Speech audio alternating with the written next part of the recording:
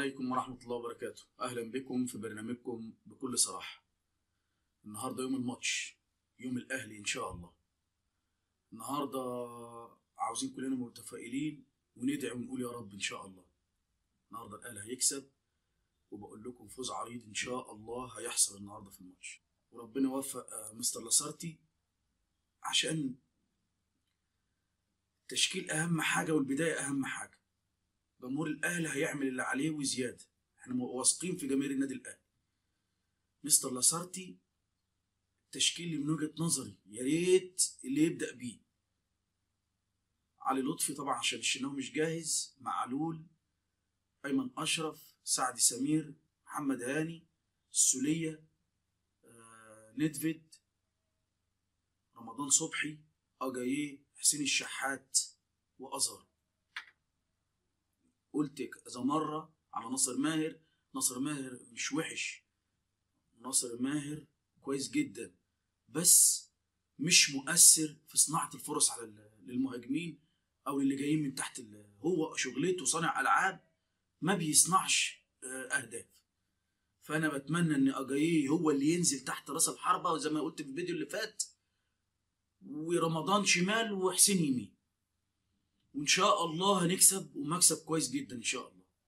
أنا طالع الفيديو ده مخصوص مش عشان أقول الكلمتين دول عشان الماتش، احنا طبعا كلنا بنقول يا رب، لكن أنا طالع عشان أشوف اللغط اللي حوالين الماتش واللي عامله الإعلام الزملكاوي. كابتن فوزدو الولد التافه ده تافه، وانا ممكن قلت في الفيديوهات قبل كده، اللي ما شافش الفيديوهات لو رجع ليها، تافه، بني ادم تافه.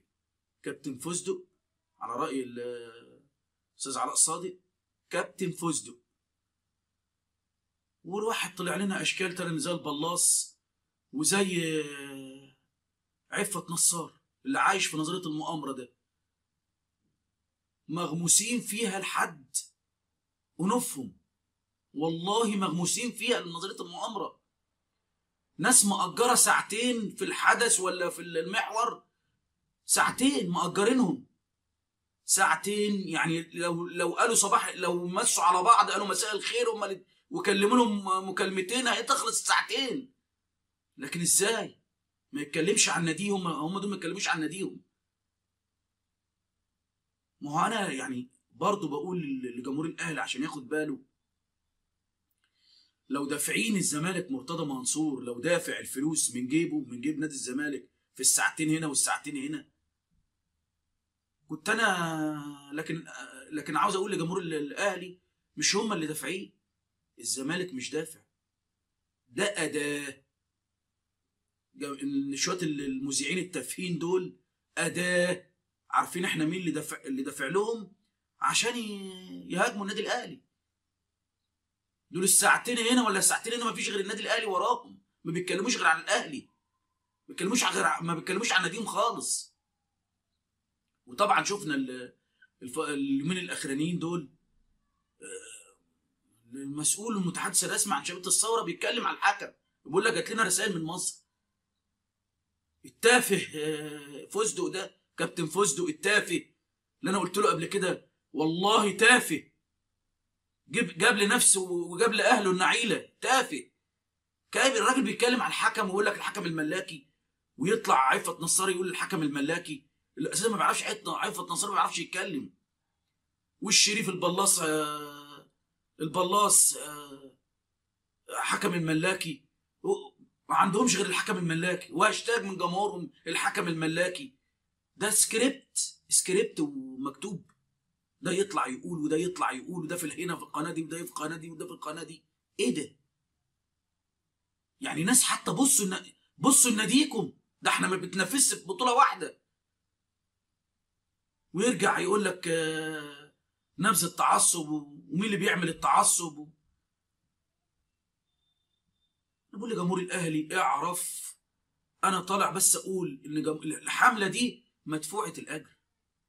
دول بيحاربوا بالوكاله، دول بيحاربوا بالوكاله، دول تاني مرة دول بيحاربوا بالوكاله. دي ناس ما تعرفش تعمل حاجه، طول عمرهم عايشين في نظريه المؤامره وبيحبوا الجو ده. طحالب ما تعرفش غير تعيش في الطين تحت. فزدوا. عفت نصر انا كنت عاوزه لو جبتوا تاريخه من اول ماتش يلعبه اتغلب 5-1 من كوتوكو هناك. الماتش ده في الثمانينات بس الناس ما تعرفش تفتكروش. راجل اول ماتش يلعبه وجي قال لك ان الكبار اتامروا على المدرب، يعني الراجل عايش في المستنقع ده. هيقول ايه؟ مش هيطلع غير يقول كده. راجل طالع ساعتين ما بيتكلمش غير عن النادي الاهلي. طب اتكلم عن النادي اللي انت بتحبه ولا نادي؟ يا عم اتكلم عن النادي اللي انت بتحبه. نفس ماتش الترجي، نفس الحمله، نفس الاسلوب، انا كنت بس عاوز اطلع اقول لجمهور الاهلي دي حرب بالوكاله، وكلنا عارفين الشيخ فلان هو اللي بيدفع فلوسها.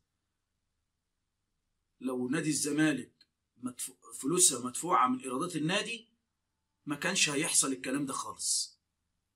لكن دي حرب بالوكاله، بيصرف عليهم بياكلهم نوم. فطبعا السيد يؤمر والعبيد تنفذ. زي ما انا قلت كتير في الفيديوهات اللي قبل كده، السيد يؤمر والعبيد تنفذ. انا كنت يعني استفزتني الحكايه دي، وانا بقول لكم دي ناس تافهه وما تحتاج يعني ما تستاهلش كلام. لكن انا حبيت اقول لكم المعلومه دي حرب بالوكاله مدفوعه الاجر. الشيخ فلان اللي احنا عارفينه دافع الحرب دي بالوكاله. كل ما تشتم اكتر كل ما تقبض اكتر، كل ما تشتم اكتر كل ما تقبض اكتر. وانا قلنا 100 مره ربنا هينصرنا عليكم، والله ربنا هينصرنا عليكم. يمكن انا قلت في الفيديو اللي فات تمكرون ويمكر الله والله خير الماكرين. قبل ما انهي الفيديو انا نسيت اعزي كل اهالي اللي توفوا في نيوزيلندا من الحادث الارهابي الغاشم ده. الله يرحمهم وصبر اهاليهم، وهم راحوا في مكان احسن مننا كتير. بس يعني العالم ادينا شفناه، مش عارف هيتعامل مع الارهابي ده ان هو ارهابي ولا هيقولوا مختل عقليا. ومفيش ارهابيين غير المسلمين. معلش انا دخلت في الحكايه دي بس مقصره فيها جدا. واخر حاجه في الفيديو، اخر حاجه نتمنى لهم الرحمه كلنا، واخر حاجه ندعو ونقول يا رب ان اهلي يفوز. السلام عليكم ورحمه الله وبركاته.